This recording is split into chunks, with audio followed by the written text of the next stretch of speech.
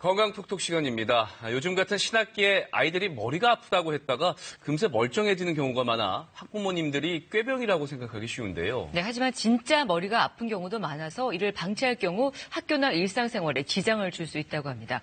오늘 박광식 의학부 전문 기자와 소아 청소년 두통에 대해서 자세히 알아보겠습니다. 박 기자, 어른뿐만이 아니라 어린이들도 이렇게 진짜 머리가 아픈 경우가 많습니까? 네, 보통 이 두통이라고 하면 어른의 전유물로 생각하기가 쉬운데요. 하지만 이 소아 청소년에게서도 비교적 흔하게 발생하는 질환입니다. 실제로 우리나라 초중고등학생 5천여 명을 대상으로 조사한 연구를 보면요. 1년 동안 두통을 반복해 경험한 학생이 29%에 달했습니다. 초중고생 10명 중 3명꼴입니다. 과거에 비해 학업 스트레스나 수면 부족이 늘었고요. 스마트폰이나 컴퓨터를 장시간 사용하거나 잘못된 자세로 오래 있는 경우가 많아 이 두통을 겪는 학생이 많아진 것으로 보입니다. 네. 그런데 아이들이 머리가 아프다고 하면 대개는 대수롭지 않겠거니 이렇게 넘어가는 경우가 많은데 아이들이 또 설명하기도 쉽지가 않잖아요. 네, 맞습니다. 이 아이들의 경우에는 이 두통의 증상이나 이 발생 빈도를 스스로가 설명하기가 참 쉽지가 않습니다.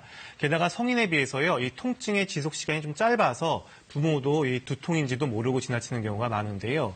특히 편두통인 경우에는요, 두통과 함께 이 메스꺼움이나 식욕부진, 눈부심 증상을 동반하거나 빛이나 소리 등의 통증이 더 심해지는 특성이 있습니다.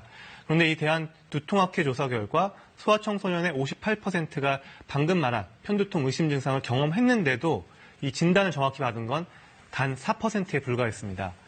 편두통 의심 증상은 있지만 대부분 그냥 지나쳤다는 이야기입니다. 자녀의 이 두통 경험 횟수를 보면요. 한 달에 8일 이상 앓는 소아청소년이 3.6%였습니다. 8일이면요. 이 한 달에 8일이면 만성 두통을 의심해 볼 수 있는 기준입니다. 또 일상생활에도 지장을 줬는데요. 실제로 부모의 72%가 자녀의 두통으로 인해서 3달 중 하루꼴로 결석이나 지각조퇴를 시킨 적이 있다고 응답한 바 있습니다. 두통은 집중력을 떨어뜨려 학업 성취도를 낮출 뿐 아니라 외부 활동을 제한해서요. 친구들과의 관계도 부정적인 영향을 줄 수밖에 없습니다. 네, 아까 말씀하신 것처럼 나이가 어릴수록 이렇게 두통을 표현하기가 어렵잖아요. 그냥 아파요 이 정도인데 그거 어떻게 알죠? 예, 그러니까 아이들이 표현하기가 쉽지 않으니까 결국 두통의 진단도 늦어질 수밖에 없겠죠. 결국 정확한 의사 표현이 어렵다는 건데요. 실제로 처음 두통을 경험한 시기를 보면요. 초중고 시기가 38%로 가장 많았고요. 4살에서 7살 학동 정기가 30%로 그 다음을 차지했습니다. 머리도 아픈데 배도 아프고 토할 것 같다, 어지럽다, 또 눈도 아프다고 말하면 이거는 예사롭지 않은 두통이구나 생각해봐야 하고요. 그리고 머리 아프다는 이 횟수가 늘어나면요. 이때는 전문의를 찾아 정확한 진단을 받을 필요가 있습니다. 어른들 같은 경우 진통제 먹는 경우가 많은데 이 소아 청소년들의 두통은 어떻게 관리하나요? 아이들이 진통제를 함부로 먹을 수 없잖아요. 네, 그렇죠. 일단 아이들 머리가 아플 때 대부분 병원을 데려가거나 진통제를 복용하게 하는 등 대부분은 잘 대처하고 계십니다. 그런데 이 진통제를 복용하는 시점은 저마다 다른 것 같습니다. 대한두통학회에 따르면 이 자녀의 진통제 복용 시기에 대해서요, 57%가 참다가 두통이 심해졌을 때 복용한다고 응답했습니다. 두통이 생겼을 때 바로 먹는 경우는 38%에 불과했습니다. 그렇다면 언제 복용하는 게 좋을까요? 한번 전문가의 말 들어보겠습니다. 두통이 발생했을 때 빨리 대처를 하지 않고 통증을 참으면 스트레스로 이어지고 이는 결국 두통을 더욱 심화시키는 요인으로 작용할 수 있습니다.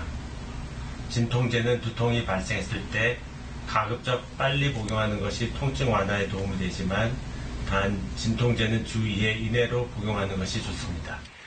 만약 자녀의 두통이 일주일에 2번 이상 생기면요. 진통제를 찾을 게 아니라 이때는 전문가를 찾아가 정확한 진단과 치료를 받는 게 좋습니다. 네, 소아 청소년 두통. 그렇다면 평소에는 이걸 어떻게 대처하는 게 좋을까요? 네, 일단 소아 청소년 2명 중 1명꼴로요. 보통 학업이나 또 부모나 또 친구의 이 대인관계에서 오는 스트레스로 인해서 두통이 생긴다고 답했는데요. 네.